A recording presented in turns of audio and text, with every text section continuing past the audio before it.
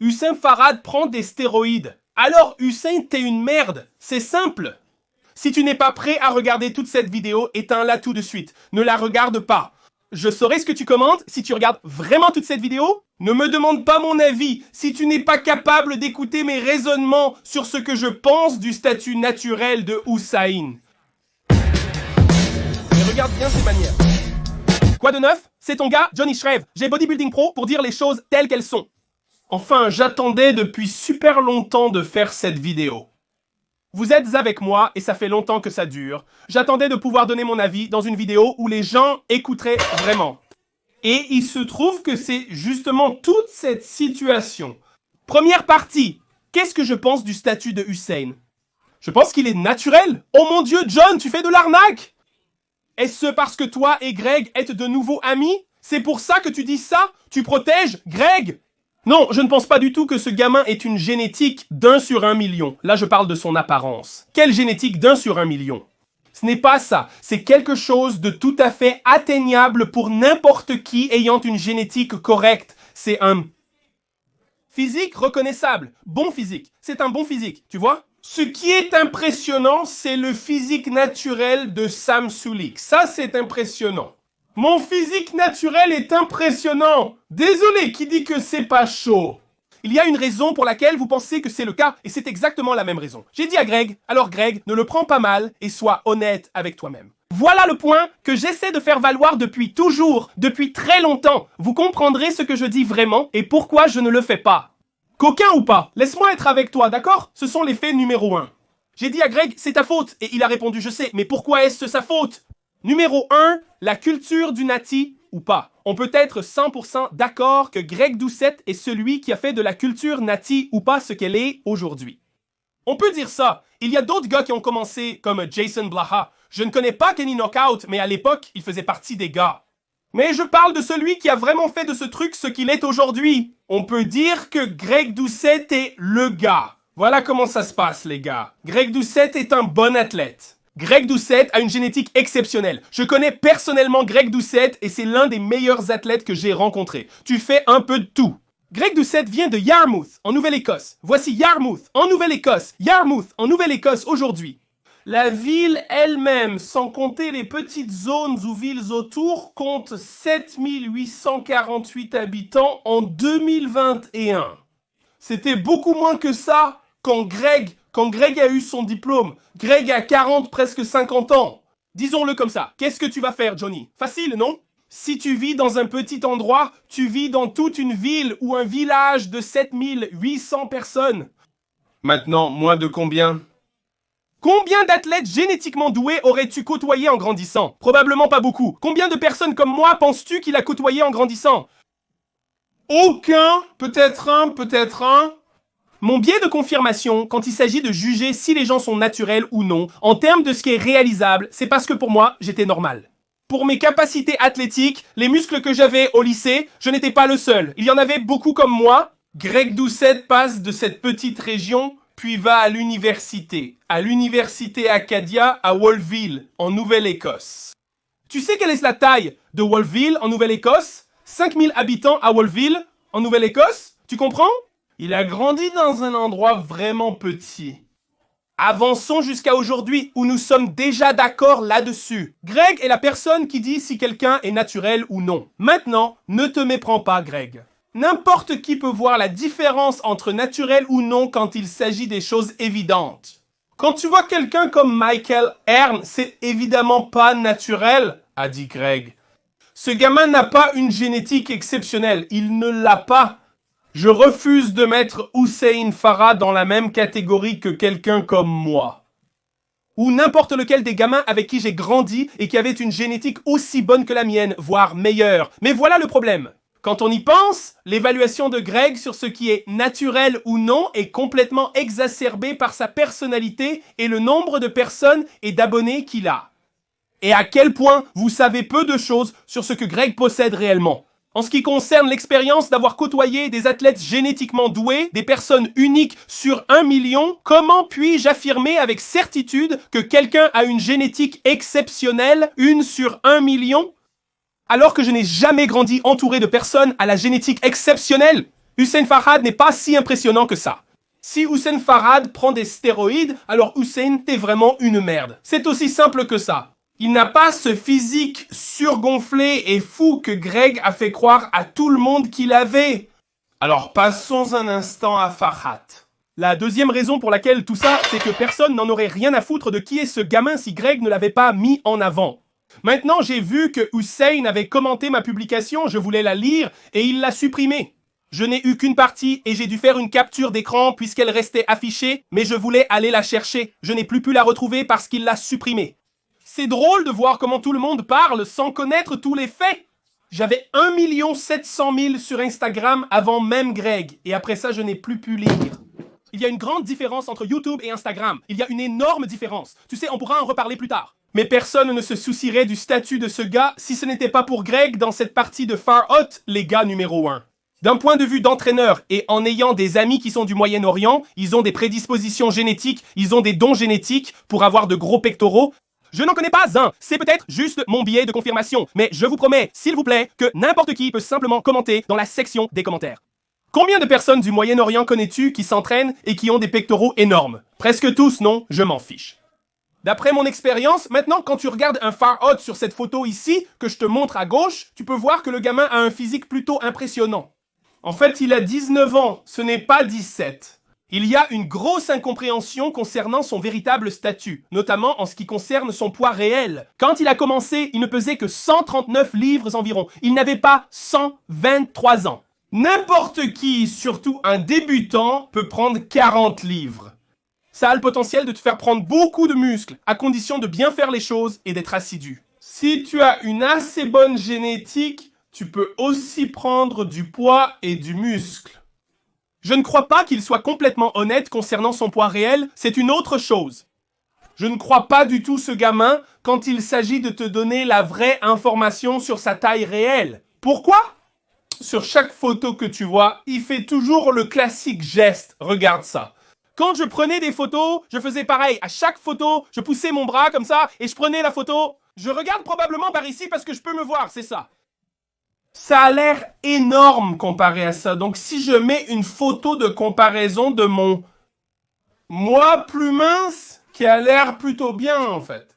Pour un gamin au lycée, ça pour les filles au lycée, c'est genre « Oh mec, tu as vraiment l'air bien ». Farhad ou regarde ses abdos. Mais si tu regardes la photo à l'intérieur de lui, il aggrave tout. Donc, la raison pour laquelle je ne pense pas qu'il soit honnête sur son poids réel, c'est parce que tout le monde, pour une raison bidon, ment sur le poids dans le bodybuilding.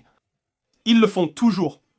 Ils pensent que si je dis que mon poids est bien supérieur, c'est mieux que ce qu'il est vraiment. Il y a une sorte de « je ne comprends pas ça ». Tout le monde le fait, je le ferai, tu peux, littéralement, j'y suis déjà passé. J'ai vu des gens poster leur poids et ils portent des Air Force One, des pantalons de jogging et tout ça. Et ils sont déjà incroyablement massifs. Mais ils ont besoin de ces 5 à 10 kilos en plus de vêtements sur eux pour dire qu'ils font 300 kilos. C'est comme, mec, c'est pas grave de dire que tu fais 290. Qui s'en soucie? Chaque photo que je vois que ce gamin publie, il la retouche.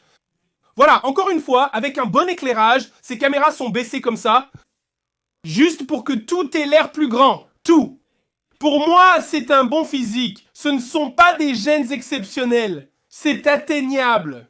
J'entraîne des gens comme ça ici. Laissez-moi vous montrer un de mes athlètes qui est naturel. Est-ce que j'ai le droit de te mettre en avant dans la vidéo? D'accord, parfait, super, ça marche. Scott m'a dit.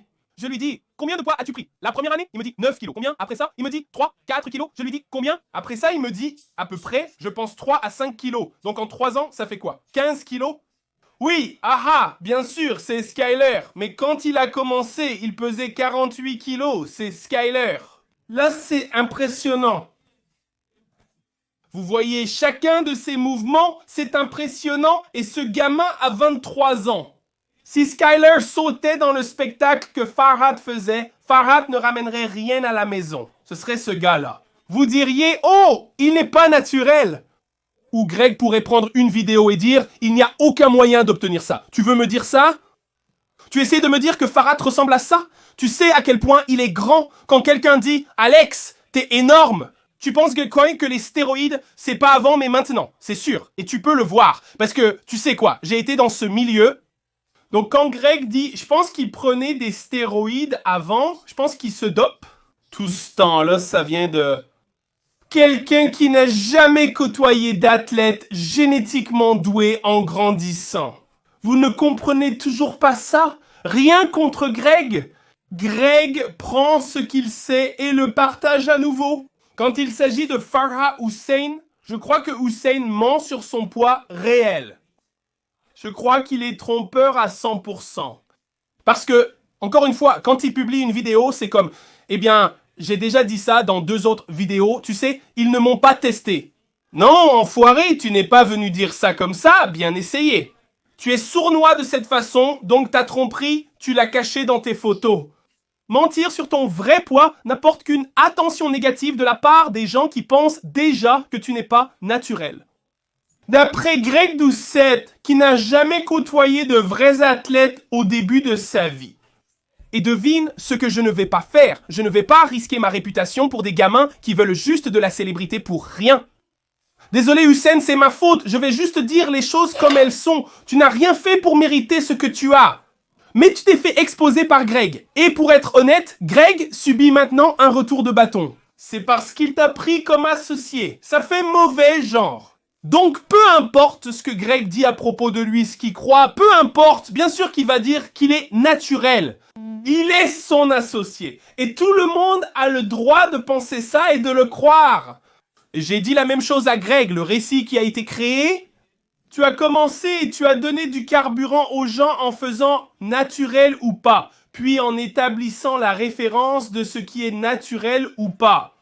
Et qui peut le dire toi-même en disant que tu es à 99, n'est-ce pas? Tout le temps en train de dire toutes les façons dont tu peux échouer, dont tu pourrais tromper un test antidopage.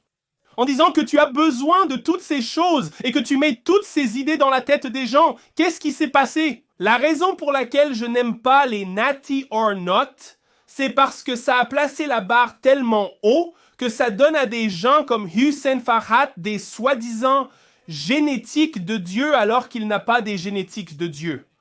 Et vous, vous dites, oh, maintenant tu fais juste le rageux. Non, ce n'est pas ça, mec, tu as vu mon client? Je pense juste qu'il n'est pas un cas unique. J'ai coaché plein de gamins, enfin des gamins, des jeunes de 20 ans qui sont naturels. Tout le monde ne veut pas prendre des stéroïdes. Natty or not vous a fait croire que certaines choses ne sont pas atteignables alors qu'elles le sont. C'est tout ce que ça a fait. J'ai dit ça à Greg. Quand tu exposes des gens qui ont des millions d'abonnés, ces millions de fans qui aiment la personne que tu as exposée, il y en aura une partie qui ne t'aime pas. Et quand tu fais ça, souvent, il y aura beaucoup de gens qui ne t'aiment pas. Donc, quand ils trouvent une faille dans ton armure ou une erreur que tu as faite, ils vont se ruer sur toi. Et ils vont dire tout et n'importe quoi parce qu'ils attendent que tu fasses une erreur.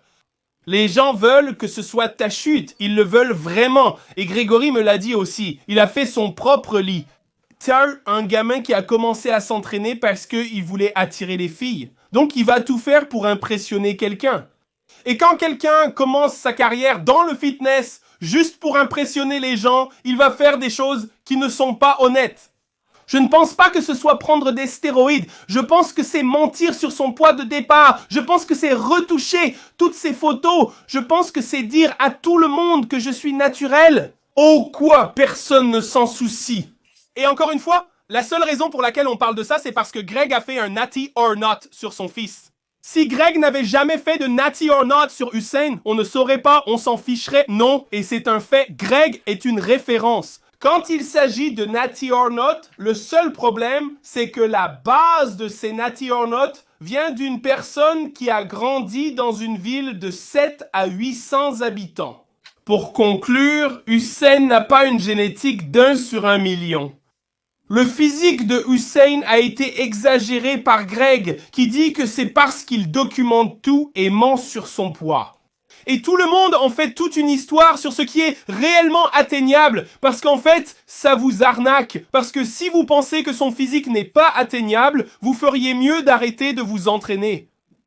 Et je suis on ne peut plus sérieux. Parce que j'ai un gamin juste ici qui est bien meilleur que lui, que je coach, qui est 1000 fois plus humble, qui garde tout pour lui, fait son boulot, termine son université, fait tout ce qu'il a à faire et qui ne fait rien de tout ce cirque pour la gloire ou la célébrité, ou pour des abonnés ou des spectateurs. Parce que s'il le faisait, vous auriez déjà entendu parler de lui. C'est tout ce que j'ai à dire, mec. Je vais même pas insister sur mon coaching. Je vais juste dire, les gars, vous n'êtes pas obligés d'être d'accord avec moi.